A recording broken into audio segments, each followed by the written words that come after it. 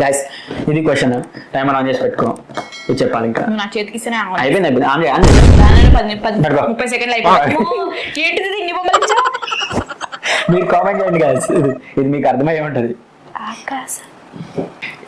ఇది చాలా ఈజీ చాలా ఈజీ ఎన్టీఆర్దా కాదు ఎందుకు అయితే సాంగ్ ఇది ఆకాశమా